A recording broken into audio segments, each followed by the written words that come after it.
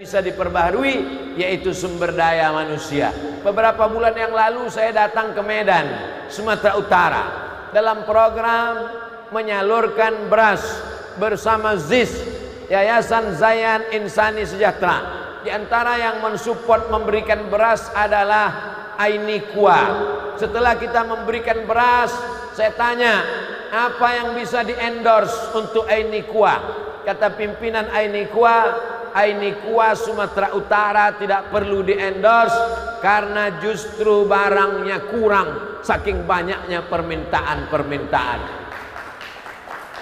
Saya ceramah tentang ekonomi umat, diundang di suatu daerah, diajak bicara tentang ekonomi umat. Hotelnya bukan punya umat, makanannya bukan punya umat, minumannya bukan punya umat. Lalu apa yang mau dibicarakan tentang umat? Hari ini kita bicara tentang anak muda, anak mudanya ada. Kita bicara tentang ekonomi umat, ekonominya ada. Karena air minum yang kita minum adalah milik umat. Dibacakan ayat Quran, perusahaannya punya jamaah, hasil keuntungannya untuk rumah tahfiz, anak yatim, fakir miskin, du'afa. Abdul Somad bukan nonton berita, Abdul Somad bukan dengar cerita. Saya pergi ke Aceh, dibawa ke Lok Semawe, masuk ke dalam tempat pengepakan air, memasukkan air ke botol. Saya mendengar ayat Quran dibacakan. Kami pun ikut berdoa di pabrik Ainikua. Maka masyarakat, jamaah, majelis pengajian, masjid-masjid, saya berharap Ainikua sampai juga ke Riau, sampai ke Jambi, sampai ke Palembang, sampai ke Bengkulu, menyeberang ke Jakarta.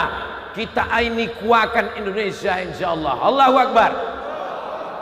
Bagaimana umat mau bangkit kalau airnya kita tak tahu datang dari mana, campurannya entah apa.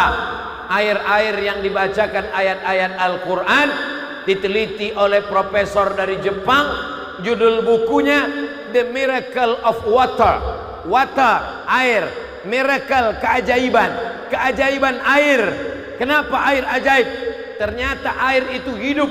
Ketika dibacakan ayat-ayat Quran, masuk ayat itu ke air, mengeluarkan molekul cahaya berbentuk kristal. Orang meminumnya menjadi sehat.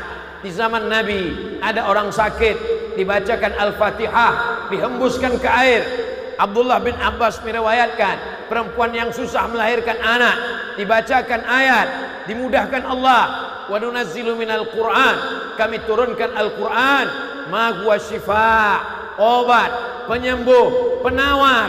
Al-Quran, penyembuh, penawar. Anzalna ma'an mubarakah, kami turunkan air yang penuh berkah. Berjumpa keberkahan Al-Quran dengan keberkahan air. Air ada berkahnya, Quran ada berkahnya. Dibacakan Quran ke air, bertemu dua keberkahan. Umat ini akan menjadi berkah insyaallah. Yang meminumnya menjadi sehat zahir dan batin, ekonominya menjadi bangkit.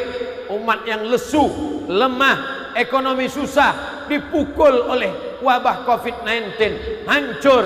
Berapa banyak yang PHK, berapa yang keluar dari sekolah karena tak sanggup bayar uang sekolah. Sekolahnya online, bayarannya tetap offline.